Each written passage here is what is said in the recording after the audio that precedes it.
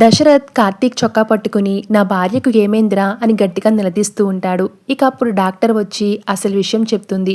దశరథ్ గారు, కార్తీక్ను నిందించకండి. మీ భార్య రిపోర్ట్స్ చూశాక మీకున్న భయాన్ని గమనించి నేనే కార్తీక్కు అసలు విషయం చెప్పాను.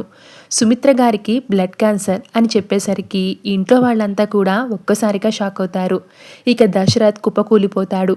పారిజాతం అయితే అంటే మా సుమిత్ర ఇంకా బతకదా అని అంటూ ఉంటే దాంతో డాక్టర్, అలా కాదండి, ట్రీట్మెంట్ ఉంది, మనం బోన్ మ్యారో ట్రాన్స్ప్లాంటేషన్ చేసి ఆమెని కాపాడొచ్చు అని చెప్తుంది.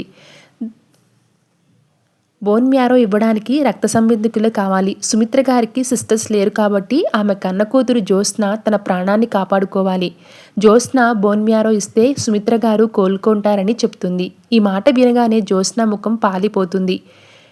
తను అసలు సుమిత్ర కన్న కూతురు కాదు కదా, ఇప్పుడు తన బండారం బయటపడుతుందేమోనని, తన ప్రాణాలకు ఏమైనా అవుతుందేమోనని భయంతో వణికిపోతూ ఉంటుంది. ఇక శివనారాయణ వెక్కి వెక్కి ఏడుస్తూ కార్తీక్ దగ్గరికి వెళ్ళి, ఒరే, ఇంత పెద్ద నిజాన్ని గుండెల్లో ఎలా దాచుకున్నావురా, తెలియక నిన్ను కొట్టాను, నన్ను క్షమించు అని వేడుకుంటూ ఉంటాడు.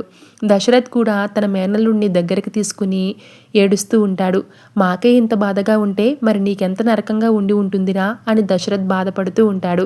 చివరికి శ్రీధర్ తను వచ్చిన పని మర్చిపోయి అక్కడ ఉన్న పరిస్థితిని చూసి తట్టుకోలేక ఏడుస్తూ ఇంటికి వెళ్ళిపోతాడు. సుమిత్రకి ఈ నిజం ఇప్పుడే చెప్పొద్దని, ధైర్యంగా ఉందామని కార్తీక్ అందరికీ సర్ది చెప్తాడు. Thanks for watching.